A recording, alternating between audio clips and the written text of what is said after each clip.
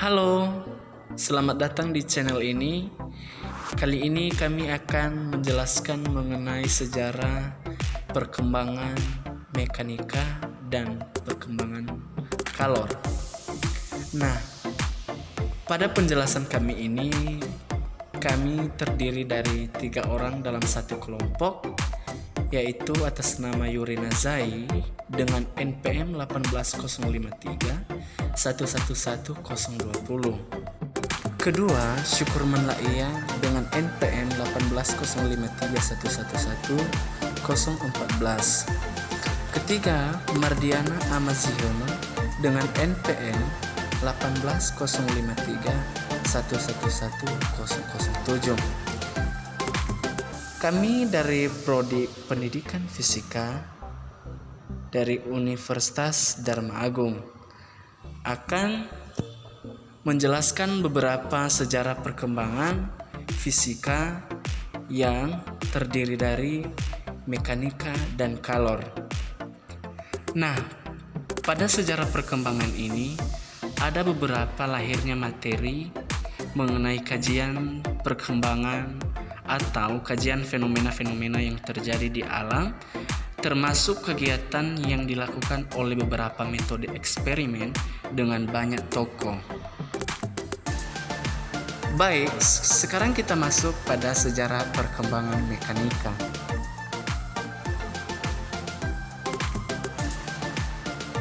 Konsep kunci dari revolusi keilmuan Kuhn adalah mengenai paradigma keilmuan, yaitu pendekatan dominan yang dilakukan oleh komunitas keilmuan dalam memecahkan masalah dalam bidang-bidang keilmuan dalam periode tertentu.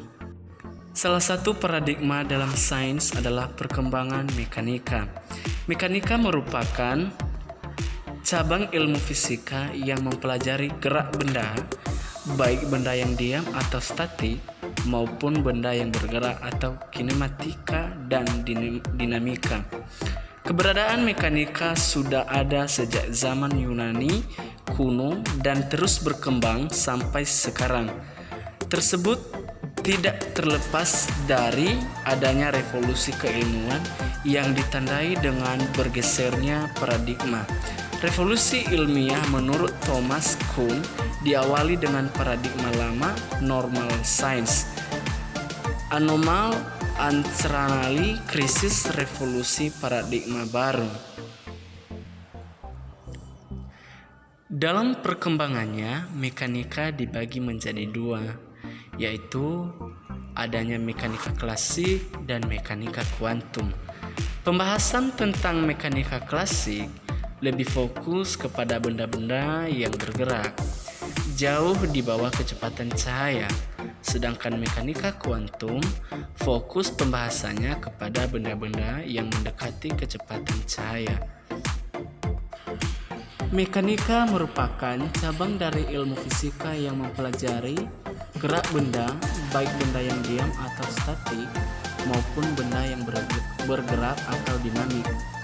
Dalam perkembangannya, mekanika dibagi menjadi 2, yaitu mekanika klasik dan mekanika kuantum. Mekanika klasik membahas benda-benda yang bergerak jauh di bawah kecepatan cahaya, sedangkan mekanika kuantum membahas benda-benda yang bergerak mendekati kecepatan cahaya. Mekanika klasik sendiri dibahas dalam beberapa periodisasi atau periode 1 atau pra-sains sampai dengan 1550 M, periode kedua awal sains 1550 M sampai 1800 M, dan periode ketiga fisika klasik 1800 M dan sampai 1900 M. Mekanika modern dibagi ke dalam mekanika kuantum lama dan mekanika kuantum baru, serta dibagi akhir juga sedikit dijelaskan tentang teori relativitas khusus. Dewasa ini dalam pembelajaran ilmu fisika termasuk mekanika cenderung langsung membahas topik ataupun subtopiknya saja, tanpa melihat bagaimana ilmu mekanika itu terbentuk. Hal ini menyebabkan pengetahuan dalam mekanika menjadi tidak utuh. Oleh karena itu, sangat penting untuk membahas perkembangan mekanika mulai dari awal mekanika klasik sampai kepada era mekanika kuantum. Perkembangan mekanika tidak terlepas dari perubahan-perubahan, bahkan penggantian suatu teori lama ke teori baru. Mulai dari zaman Yunani kuno sampai zaman modern, mekanika telah mengalami berbagai pergeseran paradigma.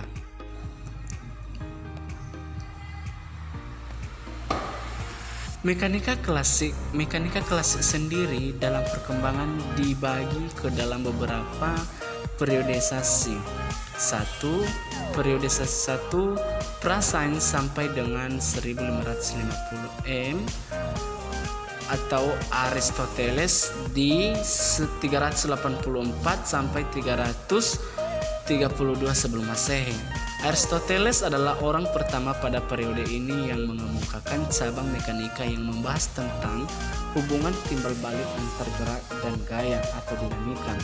Inti dari pandangannya terhadap dinamika adalah sifat bawaan dari berbagai macam benda yang memberikan alasan untuk sifat tersebut dalam daya listrinsik khusus dari benda itu. B.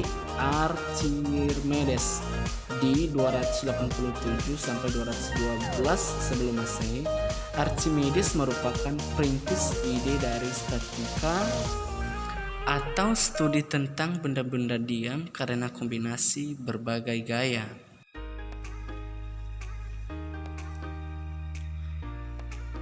Archimedes juga merupakan perintis kajian tentang dirostatika, yaitu cabang fisika yang membahas keseimbangan gaya-gaya yang dikenakan pada benda-benda tegar dalam bukunya yang berjudul Benda-benda Merapung. Archimedes menyatakan sebuah prinsip bahwa benda-benda yang lebih berat dan cairan bila ditempatkan dalam cairan akan turun ke dalam cairan tersebut. Bila benda tersebut ditimbang beratnya dalam cairan tersebut akan lebih ringan dari berat yang sebenarnya. Seberat zat cair yang dipisahkannya. Prinsip dasar dari Archimedes ini banyak diaplikasikan seperti pompa ulir untuk mengangkut air dari tempat yang lebih rendah maupun untuk tujuan perang. C. Eratosthenes di antara 273 sampai 192 sebelum Masehi. Eratosthenes menghitung diameter bumi pada tahun 230 sebelum Masehi. Berdasarkan perhitungan yang dilakukannya diketahui bahwa diameter bumi adalah 40.000 km untuk zaman itu. Pengetahuan mengenai ini merupakan temuan yang sangat luar biasa, di mana belum ada ahli yang dapat melakukan perhitungan seperti yang dilakukan oleh Eratosthenes. 2. Periode kedua, awal sains 1550 sampai dengan 1800 M. A. Di mana Galileo di antara 1564 M sampai 1642 M. Aristoteles berpendapat benda yang lebih berat jatuh dan cepat dari benda yang lebih ringan. Galileo melakukan eksperimen untuk membuktikan pernyataan ini.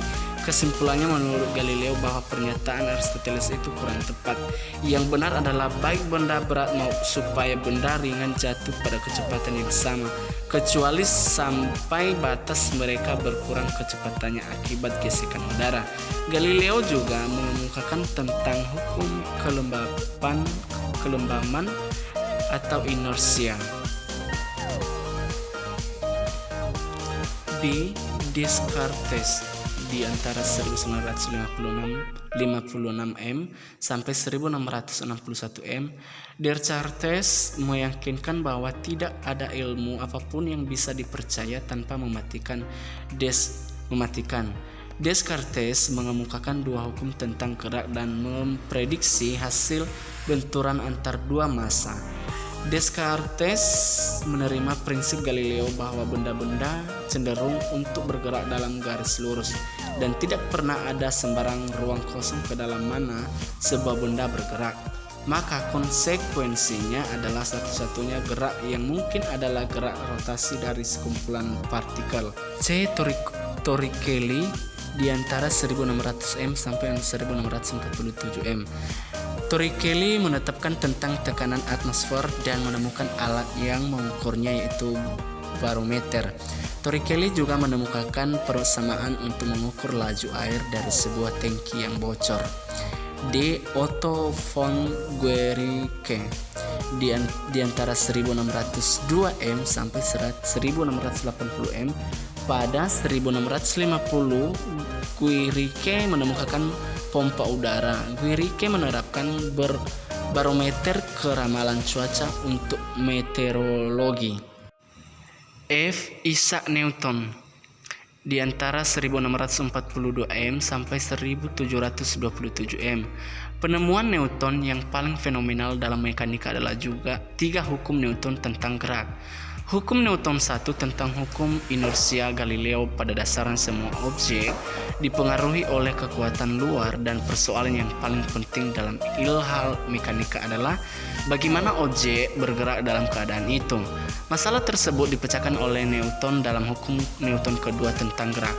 Percepatan objek adalah sama dengan gaya Newton dibagi massa benda. Hukum Newton ketiga tentang adanya gaya aksi sama dengan gaya reaksi, di mana arahnya berlawanan dengan arah awalnya. Newton juga membedakan antar massa dan berat. Massa adalah sifat intrinsik suatu benda yang mengukur resistensinya terhadap percepatan, sedangkan berat sebenarnya merupakan suatu gaya, yaitu gaya yang bekerja pada suatu benda. Hukum Newton 1, 2, dan 3 dan gaya berat jika digabungkan akan menghasilkan suatu sistem makromekanika, mulai dari ayunan, pendulum, hingga gerak planet-planet dalam orbitnya mengelilingi matahari. 3. Periode ketiga atau fisika klasik 1800 m sampai 1900 m.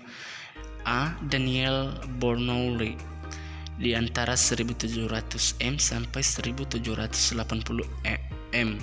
B. Bernoulli merupakan ahli matematika yang menerapkan ilmunya pada bidang mekanika fluida. Prinsip Bernoulli menyatakan bahwa pada suatu aliran fluida peningkatan pada kecepatan fluida akan menimbulkan penurunan tekanan pada aliran tersebut. Ada 2 jenis persamaan Bernoulli. Pertama berlaku pada aliran termampatkan atau incompressible flow, dan fluida termampakkan atau compressible flow. B. Leonhard Euler di antara 1707 m sampai 1783 m. Euler ahli dalam mendemonstrasikan bagaimana hukum-hukum umum mekanika yang telah dirumuskan sebelumnya oleh Isaac Newton dapat digunakan dalam situasi fisika tertentu yang terjadi berulang kali. Sebagai contoh, menggunakan hukum Newton tentang gerak zat cair, Euler dapat mengembangkan hidrodinamika. C. Joseph Louis Lagrange 1736 sampai 1813 Masehi. Nah, persamaan gerak partikel yang dinyatakan oleh persamaan Lagrange dapat diperoleh dengan meninjau energi kinetik dan energi potensial partikel tanpa perlu meninjau gaya yang bereaksi pada partikel. Bagian D. Hamilton pada tahun 1805 Masehi sampai 1865 Masehi.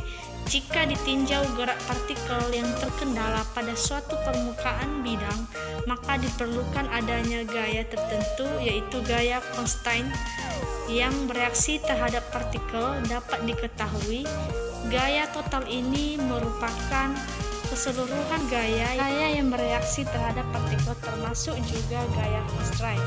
Apabila dalam kondisi tertentu terdapat gaya yang tidak dapat diketahui, maka pendekatan yang dilakukan adalah meninjau kuantitas fisik lain yang merupakan karakteristik partikel. Bagian B. Mekanika modern. 1. Mekanika kuantum lama. Bagian A-nya adalah Max Planck 1900. Max Planck memperkenalkan ide bahwa energi dapat dibagi-bagi menjadi beberapa paket atau kuanta. Planck menemukan bahwa energi foton atau kuantum berbanding lurus dengan frekuensi cahaya. Bagian B adalah Albert Albert Einstein tahun 1905, salah satu fakta yang mendukung teori quantum Planck adalah efek fotolistrik. Fotolistrik adalah listrik yang diinduksi oleh cahaya atau foton. Efek fotoelektrik dengan menyimpulkan bahwa energi cahaya datang dalam bentuk kuanta disebut foton. Einstein menerangkan bahwa cahaya terdiri dari partikel-partikel yang sebanding dengan frekuensinya. C. Niels Bohr 1913 menjelaskan garis spektrum dari atom hidrogen dengan penggunaan kuantisasi. Dengan demikian, energi yang terkuantisasi. Arti penting model ini terletak pada pernyataan bahwa hukum mekanika klasik tidak berlaku pada gerak elektron di sekitar inti. Bohr mengusulkan bahwa satu bentuk mekanika baru atau mekanika kuantum menggambarkan gerak elektron sekitar inti. De Los de Broglie 1924 memberikan teorinya tentang gelombang benda. Menurut de Broglie, gerakan partikel mempunyai ciri-ciri gelombang. Hipotesis de Broglie kemudian terbukti kebenarannya ketika ditemukan bahwa atom menunjukkan sifat difraksi seperti halnya sinar X. C. Mekanika kuantum baru. Bagian A. Werner Kari Heisenberg 1925 mengembangkan matris dan Erwin Schrödinger menemukan gelombang dan kesamaan Schrödinger. B. Paul Dirac tahun 1927 menggabungkan mekanika kuantum dengan relativitas khusus. Bagian C. Neumann Janus 1932 merumuskan dasar matematika yang kuat untuk mekanika kuantum sebagai teori operator.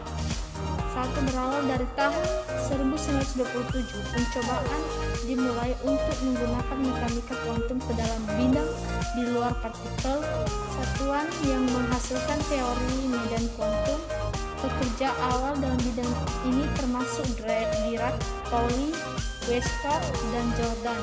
Bidang riset ini dikembangkan dalam formulasi elektrodinamika kuantum oleh Feynman, Freeman, Dyson, Skinner, dan Tomonaga pada tahun 1940-an.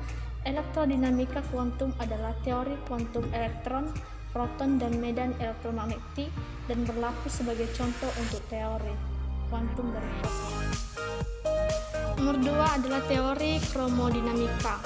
Kuanti diformulasikan pada tahun 1960-an.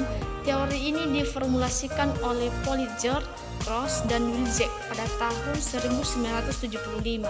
Pengembangan oleh Schwinger, Peter Higgs, Gladstone, dan lain-lain, Sheldon Lee, Laszlo, Stephen Weinberg, dan Abdus Salam menunjukkan secara independen bagaimana gaya nuklir lemah dan elektrodinamika kuantum dapat digabungkan menjadi satu gaya lemah elektron.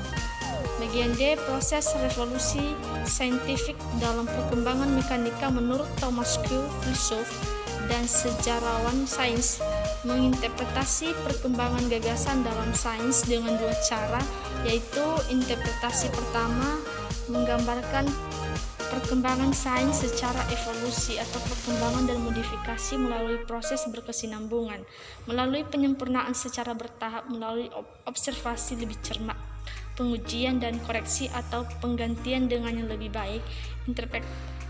Interpretasi kedua menggambarkannya sebagai revolusi yang bermakna penggantian melalui perubahan fundamental dan radikal. Baik, sekian saja hasil materi sejarah perkembangan mekanika. Sekarang kita masuk ke video selanjutnya mengenai sejarah perkembangan kalor.